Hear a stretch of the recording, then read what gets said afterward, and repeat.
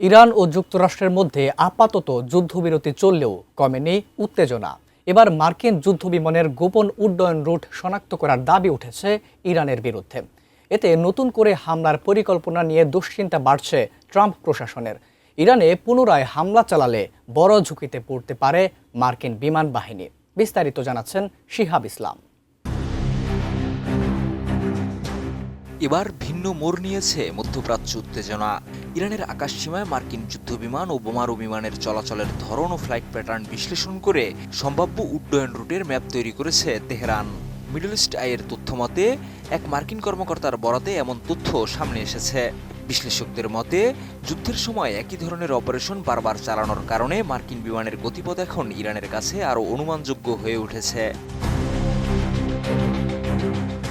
এই পরিস্থিতিতে ইরানের বিরুদ্ধে আবারও বড় ধরনের হামলা চালানো হবে কিনা সেই সিদ্ধান্ত নেওয়ার ক্ষেত্রে দেশটির বিমান প্রতিরক্ষা ব্যবস্থার বর্তমান সক্ষমতা এখন ট্রাম্প প্রশাসনের জন্য বড় বিবেচ্য বিষয় হয়ে দাঁড়িয়েছে।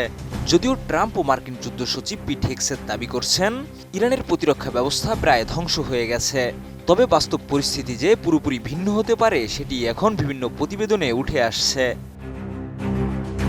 উন্নত মানের কাঁচামাল আরআইএল অ্যাঙ্গেল এন্ড চ্যানেল, এখন কাঠের দিন শেষ, আরআইএল এর বাংলাদেশ।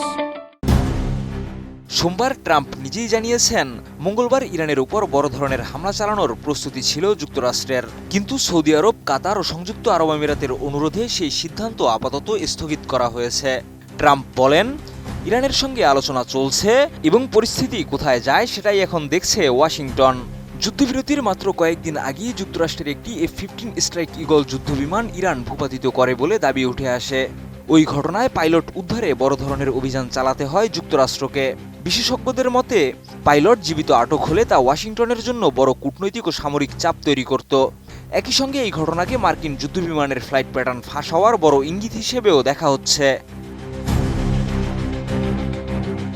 এর আগেও ইরানের হামলায় যুক্তরাষ্ট্রের একটি F-35 যুদ্ধবিমান ক্ষতিগ্রস্ত হওয়ার খবর আসে। এছাড়া CBS নিউজের তথ্যমতে ইরানের আকাশসীমায় এখন পর্যন্ত অন্তত 16টি MQ-9 রিপার ড্রোন হারিয়েছে যুক্তরাষ্ট্র। এসব ঘটনার পর মার্কিন সামরিক সক্ষমতা নিয়ে নতুন করে প্রশ্ন উঠতে শুরু করেছে। নিউ ইয়র্ক টাইমসের প্রতিবেদনে বলা হয়েছে, রাশিয়া ইরানকে মার্কিন যুদ্ধজাহাজ ও সামরিক অবস্থানের স্যাটেলাইট তথ্য দিয়ে সহায়তা করে থাকতে পারে। পাশাপাশি ইরানের বিমান প্রতিরক্ষা ব্যবস্থায় রুশ ও চীনা প্রযুক্তির সংমিশ্রণ রয়েছে। 2025 সালের যুদ্ধের পর চীন নতুন বিমান প্রতিরক্ষা ব্যাটারিও সরবরাহ করেছে বলে জানা যায়।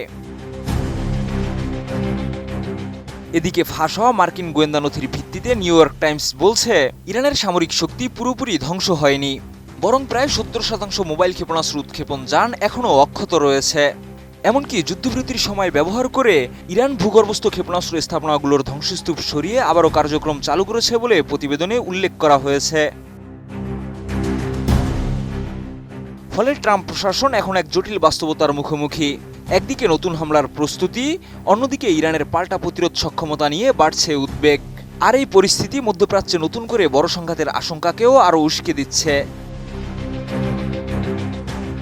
শিহাব ইসলাম, ATN নিউজ।